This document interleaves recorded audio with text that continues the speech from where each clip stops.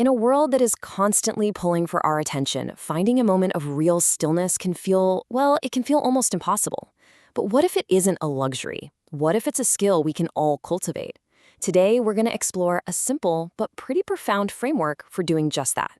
You know that feeling, right? The constant pull, your mind being dragged in 1,000 different directions at once. That's kind of become the default programming for modern life, hasn't it?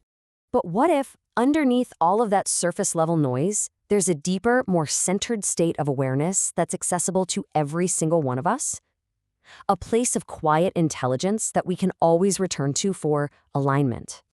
So, how do we access this quiet intelligence? Well, the answer is actually beautiful in its simplicity, and it's always available. It's through our five senses.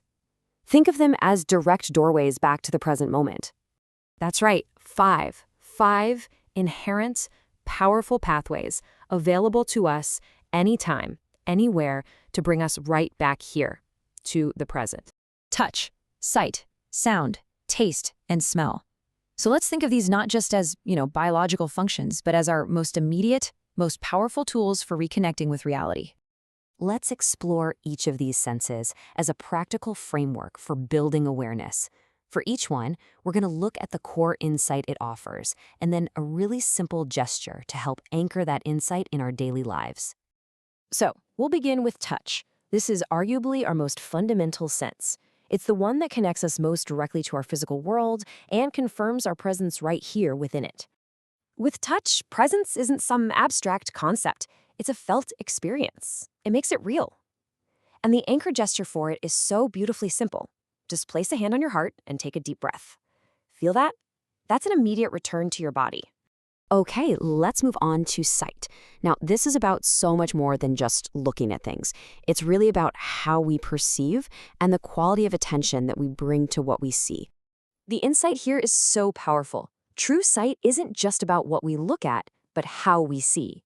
It's about letting go of that constant need to label everything and just allowing ourselves to be filled with wonder again.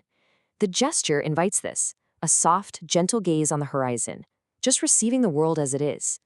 Next up, sound. This is our connection to what you could call the symphony of existence. All those layers of vibration that are always present, whether we're actively listening to them or not. And what's really fascinating is that both sound and silence carry information. So the anchor gesture here is a physical commitment to listening more deeply, just cupping a hand to your ear. It's a simple act of choosing to truly hear. Now let's explore taste, which we can frame not just as consumption, but as a really intimate practice of receiving life. Taste is such a direct reminder that we are literally nourished by the world around us. So the anchor gesture here, simply placing your hands together before a meal, can transform a routine act into a truly sacred moment of gratitude. And finally, we arrive at smell. This sense is unique in its power. It acts as our most direct pathway to memory and to the body's nonverbal wisdom. Scent has this unique ability to just bypass our analytical mind, connecting us directly to a deeper knowing, to intuition. The anchor gesture is perhaps the most natural one of all, a conscious, deep breath in through the nose, followed by a slow, deliberate exhale. So, we've explored 5 practical doorways to the present moment. But maybe the most profound insight here doesn't lie in the techniques themselves, but in the spirit, the attitude with which we approach them. And this is probably the most crucial point in this entire framework. This isn't about achieving some perfect state of mindfulness. It's not another thing to get right. It is simply an invitation to pay attention, without any pressure to perform. So the question this really leaves us with is a personal one. In the middle of your day, your work, all your responsibilities, where can you find just one small moment to create a little space and simply notice? These techniques, they're simply doorways back to yourself. They're invitations to come home to the present moment.